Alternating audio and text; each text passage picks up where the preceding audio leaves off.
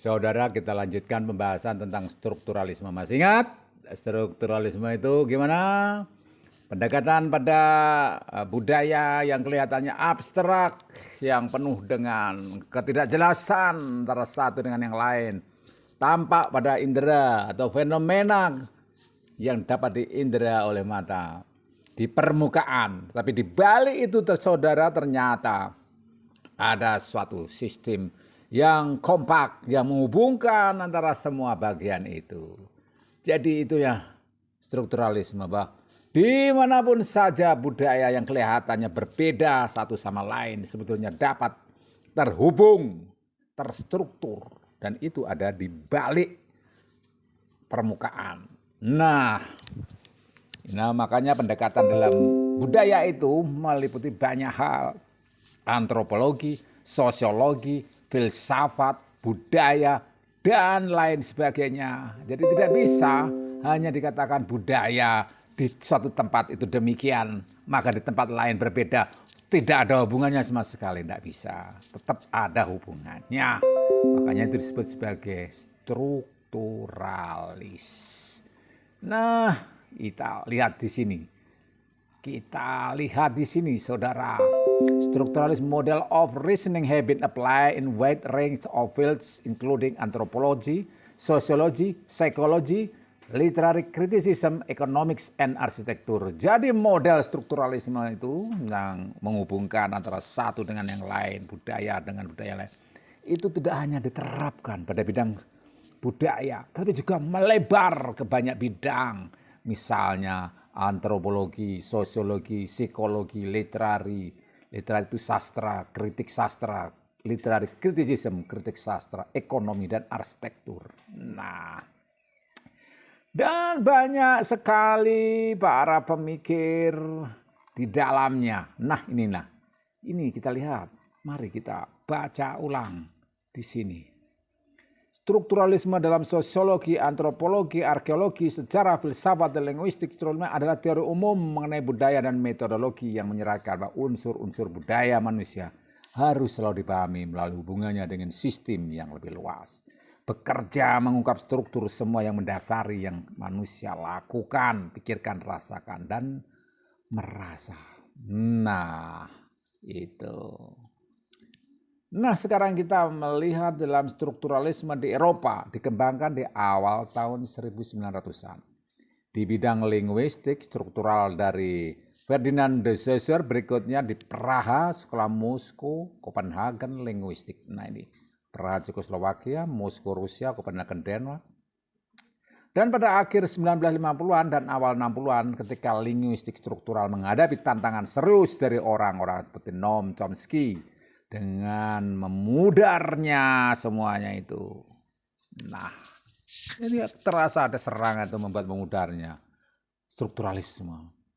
Para sarjana humaniora meminjam konsep Saussure untuk digunakan dalam bidang masing-masing studi. Nah, jelas saudara, strukturalisme itu mengenai budaya dan metodologi menyerahkan unsur budaya melalui dipahami hubungannya dengan lebih luas, namun dia ternyata diserang di awal 1950-an dan awal 60-an. Di mana saat itu linguistik struktural menghadapi serangan dari orang seperti Noam Chomsky. Tapi untung dari ilmuwan yang lain menggunakannya, konsep Saussure tentang strukturalisme itu digunakan. Dan disinilah ada antropolog Perancis Claude Lévi-Strauss. Dia dikatakan sebagai ilmuwan pertama yang memicu minat yang luas dalam hal strukturalisme. Nah, model strukturalis penalarannya telah diterapkan dalam bidang-bidang antropologi, sosiologi, psikologi, kritik sastra, ekonomi, arsitektur. Pemikir yang paling menonjol itu adalah Lévi-Strauss, ahli linguistis Roman Jakobson, psikoanalis Jacques Lassalle.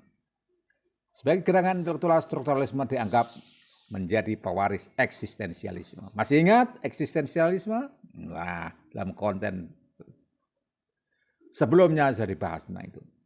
Namun pada tahun 60-an banyak dari prinsip dasar strukturalisme diserang dari gelombang baru, terutama dari Perancis seperti filsuf sejarawan Michel Foucault filsuf dan komentator sosial Jacques Derrida, filsuf Marxis Louis Althusser, dan kritikus sastra Roland Barthes. Nah, serangannya tidak main-main, saudara. Gelombang baru intelektual itu menyerang strukturalisme ini. Nah, meski unsur pekerjaan mereka selalu berhubungan dengan strukturalisme dan diinformasikan oleh itu, teori ini umumnya disebut sebagai poststrukturalis. Jadi dianggap itu bukan strukturalis, tapi disebut sebagai poststrukturalis. Nah, karena berbeda sama sekali dari yang sebelumnya atau bahkan mungkin pewarisnya. Nah, apakah demikian? Pada tahun 70-an strukturalisme dikritik karena kekakuan dan ahistorisnya. Setiap teori sastra pasti ada kekurangannya. Dari sini strukturalisme dianggap kaku dan tidak bersejarah. Meski begitu, banyak pendukung strukturalisme seperti Lacan menegaskan pengaruh pada filsafat kontinental benua dan banyak asumsi dasar dari beberapa kritikus strukturalisme. Pasca strukturalis adalah kelanjutan dari strukturalisme. Nah, di sini berarti tidak ada masalah kan? Karena ilmu selalu berkembang. Kalau pasca itu biasanya menegasi atau menolak atau meruntuhkan, membuat yang baru. Tapi ini ternyata ya, disebut oleh Lacan, dia sebagaimana yang terungkap tadi, dia meneruskan strukturalisme. Jadi post strukturalisme itu meneruskan. Oke, kita ulang di sini. The most prominent thinker associated with Levi-Strauss, linguist Roman Jakobson, and psychoanalyst Jacques Lassalle. As an intellectual movement, strukturalism was initially considered to be the heir to existentialism.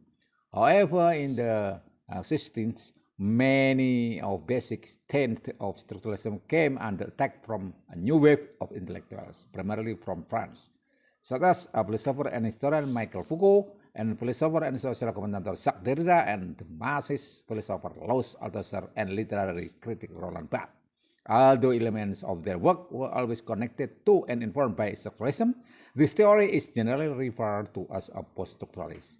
In the 70th, structuralism was criticized for its rigidity and ahistorism. Nevertheless, many proponents of structuralism, such as Lacan, continue to set its influence on continental philosophy, and many of the basic assumptions of some structuralist critics are that post-structuralism is a continuation of strukturalisme. Nah, bagaimana saudara? Ini satu pembelajaran yang sangat singkat sebagai kelanjutan dari kemarin. Nah, sengaja dibuat pendek-pendek 10 menit supaya kita bisa menangkap esensinya. Jadi, dianggap sebagai kelanjutan dari eksistensialisme. Strukturalisme itu berarti mendapat serangan. Oleh karena kelemahan-kelemahannya, dia hanya meniru. Bukan sesuatu ilmu yang baru yang betul-betul. Kalau eksistensialisme tentang eksistensi seseorang secara historis, bahwa membuat mereka mendapatkan jati dirinya dengan keaslian, sejarah, proses, berhubungan dengan lingkungan, dengan orang lain, dengan diri sendiri, semuanya berproses. Sesuai dengan keasliannya lah, maka mereka dapat hidup dengan eksistensinya dalam satu ruang bernama dunia. Strukturalisme mengatakan bahwa di balik semua fenomena itu ada dasar yang membuat sama satu budaya dengan budaya lain. Jadi suatu budaya yang asli, yang eksis itu ternyata dapat dihubungkan dengan yang lain.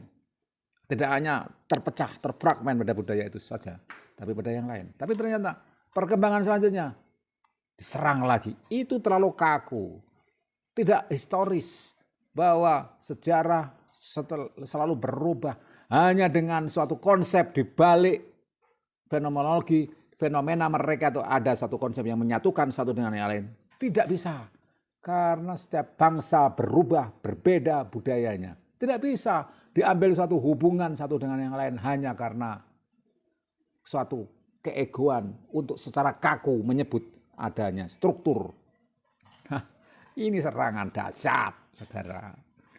Tapi muncul pemikiran baru tentang post-strukturalis yang membela itu.